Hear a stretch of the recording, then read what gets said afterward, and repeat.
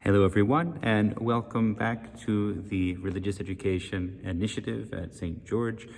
This is week 47. We're continuing through the book of Tobit.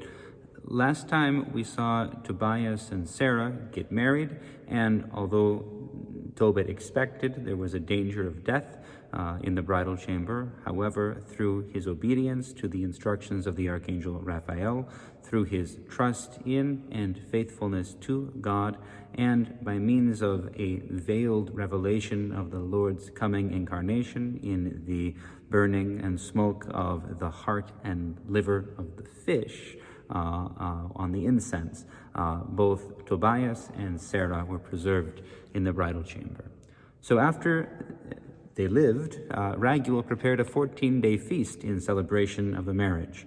In chapters 9 and 10, which we will not read, but we'll just sum up here, Tobias asks his companion, Azarias, who's actually the Archangel Raphael, to complete the journey to Rages and to claim the silver of his father from Gabael, in order to both honor his new father-in-law's celebration and not leave the marriage feast, but also to still not delay his return, lest his father and mother begin to fear that he had died. Raphael does so. He goes and gets the silver and returns within a few days to Ecbatana. Meanwhile, back in Nineveh, Tobias does not arrive home by the time that Tobit and Edna had expected, and we see them begin to be afraid for him. In Ecbatana, as soon as the 14-day feast is completed, Tobias and Sarah prepare to leave. Raguel fulfills his promise and gives them half of his property and sends them on their way. We thus find Tobias, together with Raphael and Sarah and those accompanying them, approaching the end of their journey as we begin chapter 11. So, he, Tobias, traveled until they approached Nineveh. Here, Raphael said to Tobias, "My brother, are you not aware of how you left your father? Let us run ahead of your wife and prepare the house. Take the gall of the fish in your hand." So they proceeded, and the dog followed behind them. Meanwhile, Anna sat gazing upon the road for her boy.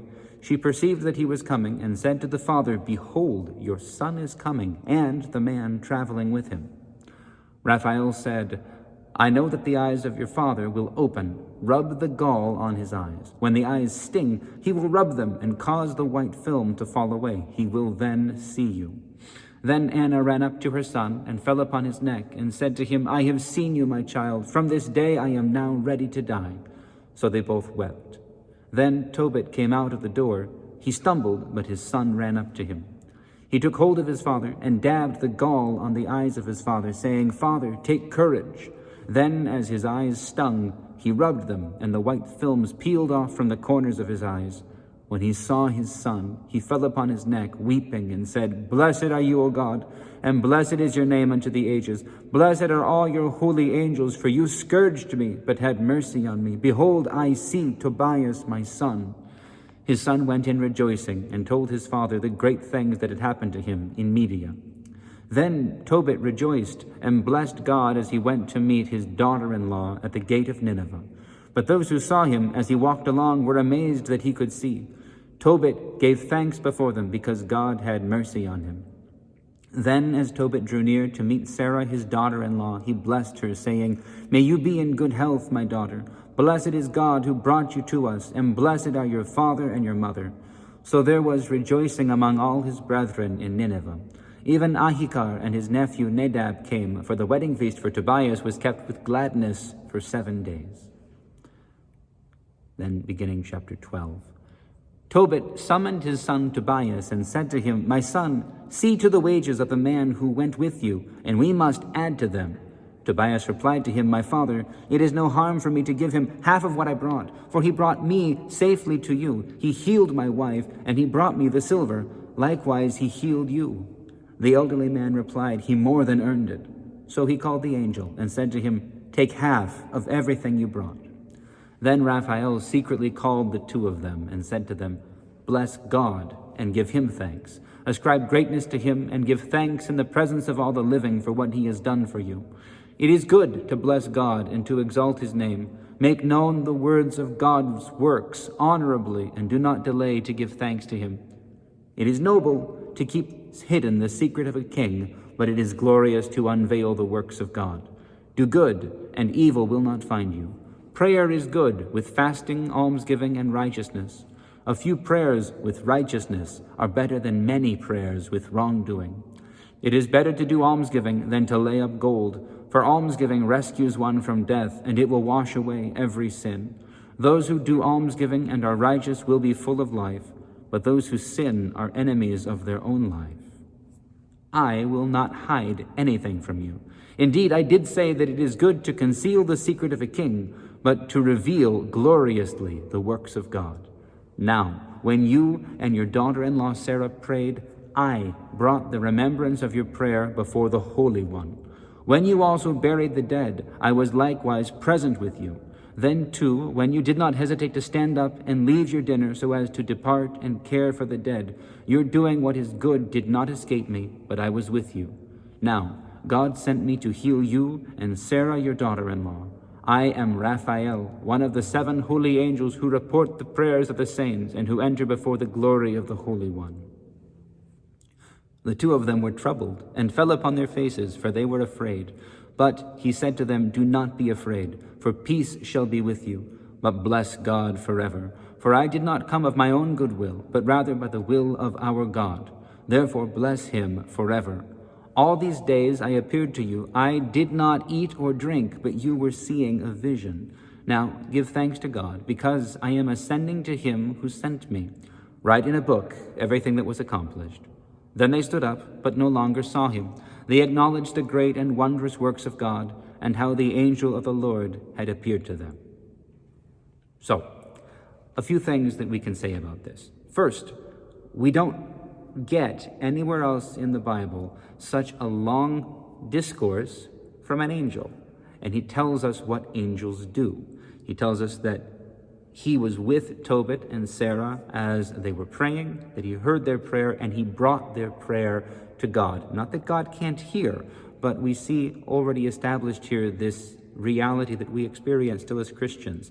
God hears our prayers himself, and yet it matters. It is good and valuable and right that we pray for one another. And this is the role of the angels and of the archangels, especially, of whom Raphael is one. They bring our prayers before God, interceding on our behalf. And then he becomes also the instrument of God's response. God sends him to minister to Tobit and Sarah and to Tobias and all their family to make right what was wrong, to bring them health and wholeness and salvation. So we see too, he talks a lot about don't worship me, worship God. Don't thank me, thank God. I am only a messenger, I am only a servant, he says. Give thanks to God. This is, of course, important that he makes that emphasis, that he reminds them that he is just a servant of the Most High God. But it's especially important if we remember how the demons stopped being angels, how they fell, how they rebelled against God. It was precisely in that they accepted worship themselves instead of sending, instead of insisting that the human beings that they interacted with worship God alone. So Raphael is being a faithful servant of the Most High God. The demons are those who stop being faithful. And we may see the same lesson for ourselves. If we want to be faithful to God, we must always give glory and worship and honor to him and not claim it for ourselves. So the other point that is probably worth mentioning here is how he emphasizes one thing about his time with them. And he says, I know you saw me eating and drinking, but I wasn't actually eating and drinking. You were seeing a vision that made it look like I was eating and drinking, but I wasn't eating and drinking, he says, because I'm an angel. Angels are bodiless. They don't eat food or drink. So we have underscored and emphasized here this reality, this truth that we know about the angelic powers, that they are not physical creatures. They are created, but they don't eat or drink, which then we have to understand we have the opposite point made after Christ's resurrection, when he appears to his disciples and he clearly is passing through walls. He's in everything else it's miraculous. But then he says to them, bring me some food to eat. And he very clearly, very carefully eats in front of them and says, see, handle me and see. I am, a spirit does not have flesh and blood and bone as you see that I have. And he shows them that he's eating. So he's truly present with them.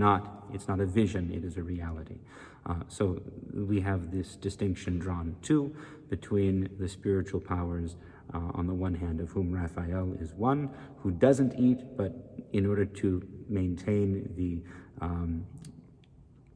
the illusion that he was their cousin Azarias here, he looked like he was eating, but Christ is truly incarnate. He becomes a man, he becomes human, and he does eat and unite himself with us in all of these things. So these are some of the points that we can draw from here. For now, I will say enough.